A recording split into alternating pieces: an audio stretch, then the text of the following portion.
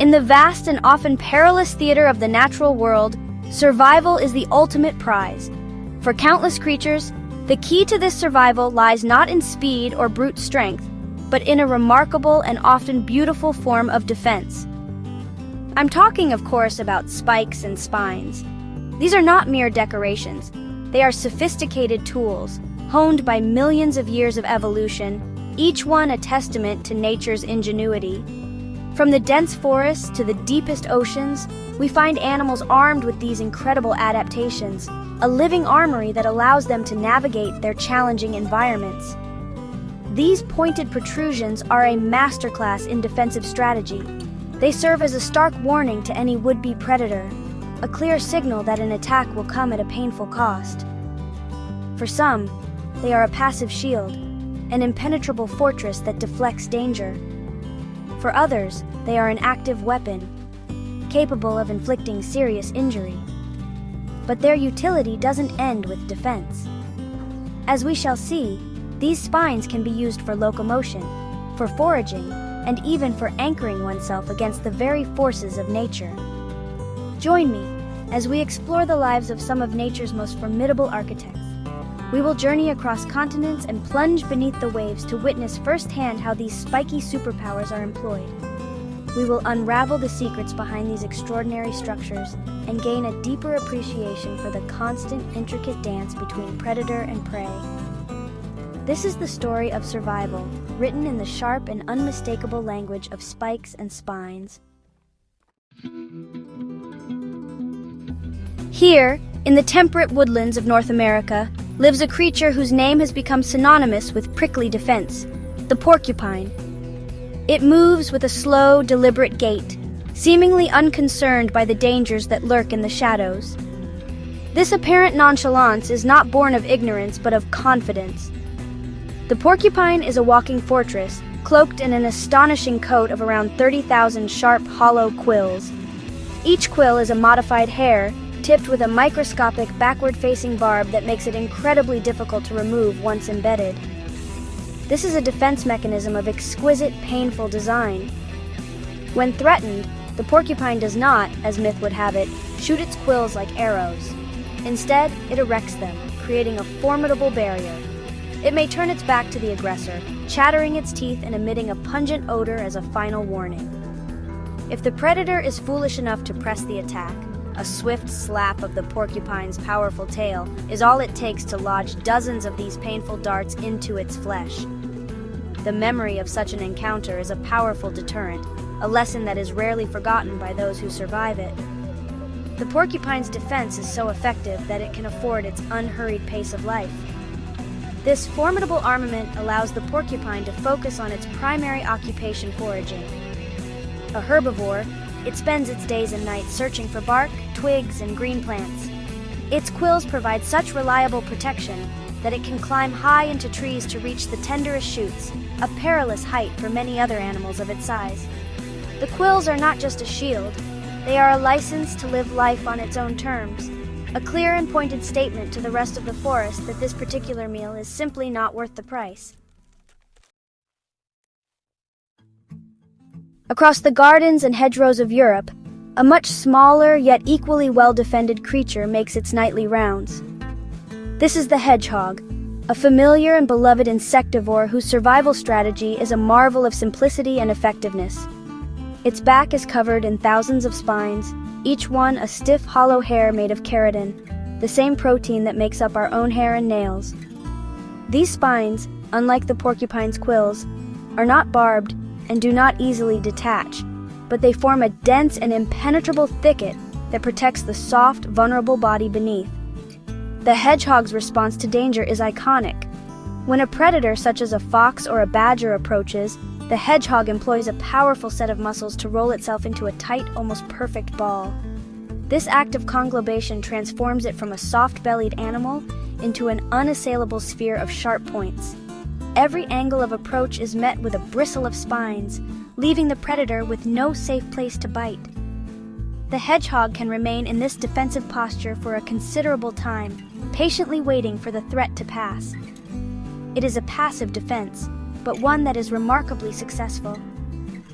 This spiny coat is present from the moment a hedgehog is born. The young, known as hoglets, are born with their spines lying flat beneath a layer of skin, which retracts shortly after birth to reveal the soft white prickles. These soon harden and are replaced by the darker, stronger spines of the adult. This early development of its primary defense tool is crucial for its survival. From its very first days, the hedgehog is equipped with the means to protect itself, a testament to how central this spiny armor is to its entire existence in a world full of larger, faster hunters. We now leave the land and descend beneath the waves into a world of vibrant color and constant motion. Here, on the rocky seabeds and coral reefs, we find the sea urchin. It may look more like a strange animated plant than an animal, but it is a living creature, and a remarkably successful one. Its body, or test, is a hard, globular shell, and from this shell radiates a formidable array of long, sharp spines. These spines are the urchin's most prominent feature, serving as both its primary defense and its means of locomotion. The spines are connected to the test by a clever ball and socket joint, allowing them to be moved in any direction. When a predator, such as a triggerfish or a sea otter, approaches, the urchin can point its spines towards the threat, presenting a daunting and painful obstacle.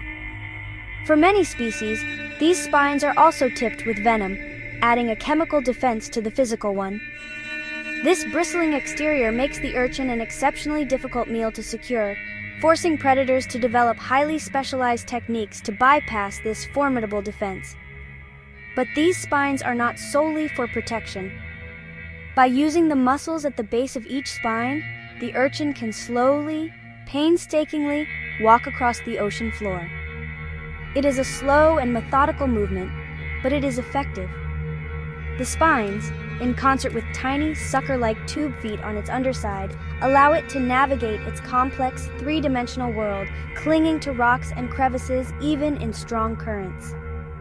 The sea urchin, therefore, is a perfect example of how one adaptation can be elegantly repurposed for multiple essential functions.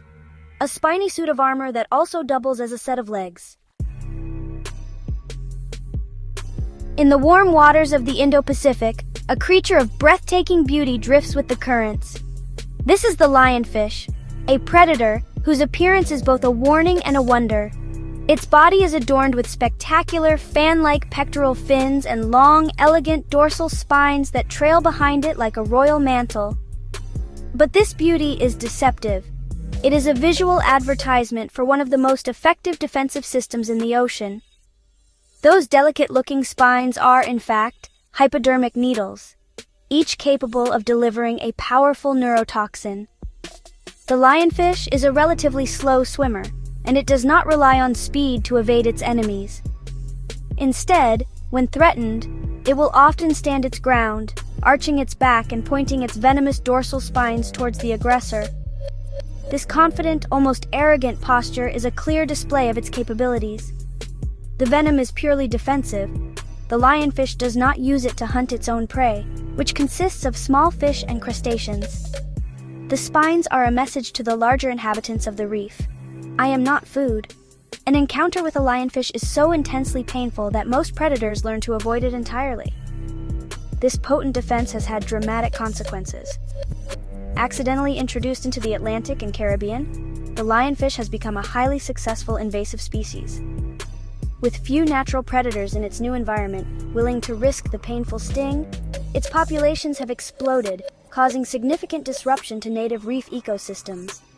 The lionfish's spiky superpower, so perfectly balanced in its home waters, has become an overwhelming advantage elsewhere. It is a stark reminder of the delicate balance of nature and how a single highly evolved adaptation can reshape an entire environment. Our journey concludes on the ancient continent of Australia, home to some of the world's most unusual creatures. Here, we find the echidna, a monotreme or egg-laying mammal that seems to be a curious blend of different animals. It has a beak like a bird, lays eggs like a reptile, and has a pouch like a marsupial. And covering its back and sides, it has a coat of stout, formidable spines, much like a hedgehog or porcupine.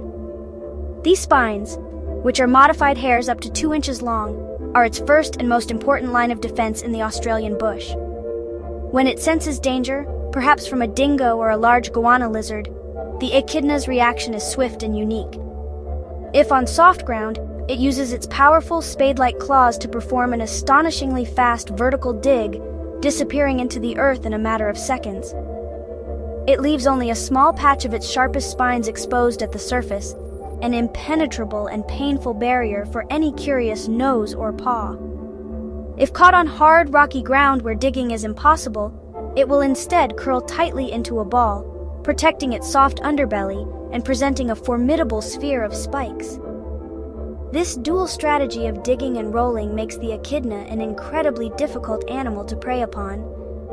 Its spines allow it the security to go about its business of searching for its food, ants and termites, which it laps up with a long, sticky tongue. It can spend its days waddling through the undergrowth, nose to the ground, secure in the knowledge that it carries its fortress on its back.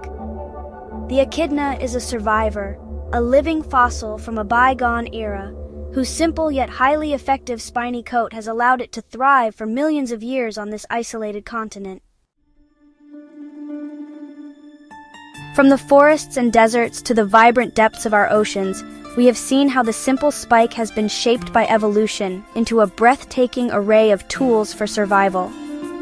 The porcupine's barbed quill, the hedgehog's protective sphere, the urchin's mobile fortress, the lionfish's venomous flourish, and the echidna's earthy shield. Each one is a unique solution to the universal problem of staying alive. These adaptations are far more than just passive armor. They are active, dynamic systems that define how these animals live, move, and interact with their world.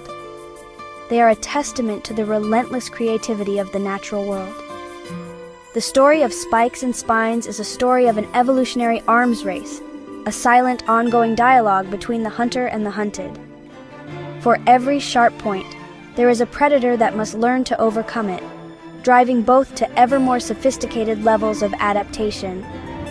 This intricate dance has produced some of the most fascinating and successful creatures on our planet.